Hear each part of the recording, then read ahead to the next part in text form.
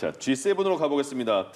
이재명 대통령이 가서 트럼프 대통령과 그 인사하는 과정에서 악수를 나누면서 얘기를 짧게나마 나눴나 봐요. 그래서 북한은 어떻게 지내냐, 북한과 관계는 어떠냐 등등 물어봤었고, 그다음에 트럼프 대통령이 얼마 전에는 뜬금없이 싱가포르 회담인가요? 김정은 위원장과 같이 걷는 사진도 올렸잖아요.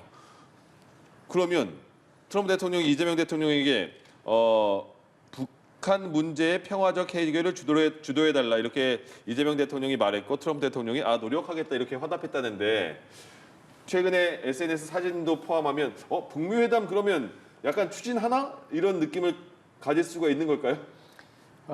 우리 희망사항은 그렇죠, 일단. 그러나 이제 뭐 트럼프 대통령의 의중을 사진만 보고 판단할 수는 없을 것 같고요. 네. 다만 트럼프 대통령은 김정은 위원장과의 이 회동 이것을 좋은 기억으로 갖고 있는 건 확실한 것 같아요. 네. 그 이후에 여러 발언들을 좀 고려해 보면요. 예. 그러니까 지금 상황에서 트럼프 대통령이 외교적인 문제들을 정치적인 자산으로 끌고 갈 수 있는 게 사실 많지가 않아요. 트럼프 대통령이 욕심은 많았어요. 네. 우크라이나 전쟁도 선거 때 그랬잖아요. 자기가 며칠 내로 끝낼 수 있다고, 일주일 내로 끝낼 수 있다 그랬는데 지금 아무것도 못 하고 있죠. 그다음에 이제 이란 전쟁도 사실은 뭐 앞서 계속 얘기가 나왔습니다만 네타냐후 총리의 꾀임에 넘어간 거잖아요. 그러니까 뭐 베네수엘라에서 있었던 것처럼 마치 이 참수 작전만 하면은 이란을 완전히 바꿔놓을 수 있을 것처럼 이렇게 착각을 하고 했는데 예. 지금 이 수렁에 빠진 거잖아요. 그러면 지금 11월에 있을 중간 선거에 활용할 수 있는 외교적인 성과들이 거의 없단 말이에요. 네. 그러면 지금에 와서 눈을 돌릴 수 있는 쪽이 그러면 북한과의 네. 대화인가? 뭐 이런 생각도 이제 할 수 있는 거죠. 역시 북한과의 대화는 무슨 어떤 구체적인 성과가 나오지 않더라도 만나는 것 자체만으로도 사진 한 장만으로도 이제 효과를 낼 수 있는 그런 부분들이 있기 때문에 예. 그렇게 우리가 이제 추측을 해볼 수 있는 거고요.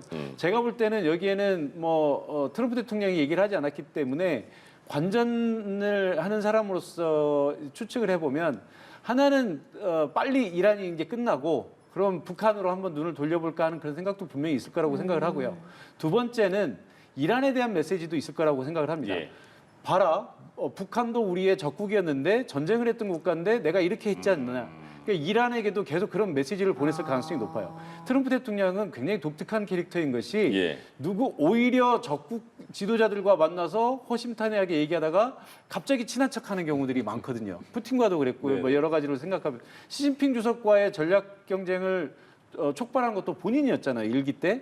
근데 지금 최근에 시진핑 주석에게 하는 거 보면 우리는 굉장히 좋은 사이다라는 그런 메시지를 보내잖아요. 예. 그러니까 이란에게도 틀림없이 그런 메시지 보냈을 겁니다. 지금 우리가 전쟁을 했지만 이 전쟁 끝내고 나한테 좋은 합의를 해주면 우리는 좋은 친구가 될 수 있어. 그리고 우리 내가 이란 정권을 승인하고 아주 적극적으로 밀어줄 거야. 이런 얘기들을 분명히 했을 겁니다. 그러니까 예.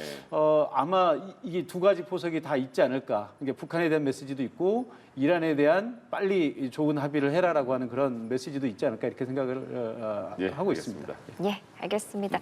여기까지 듣도록 하겠습니다.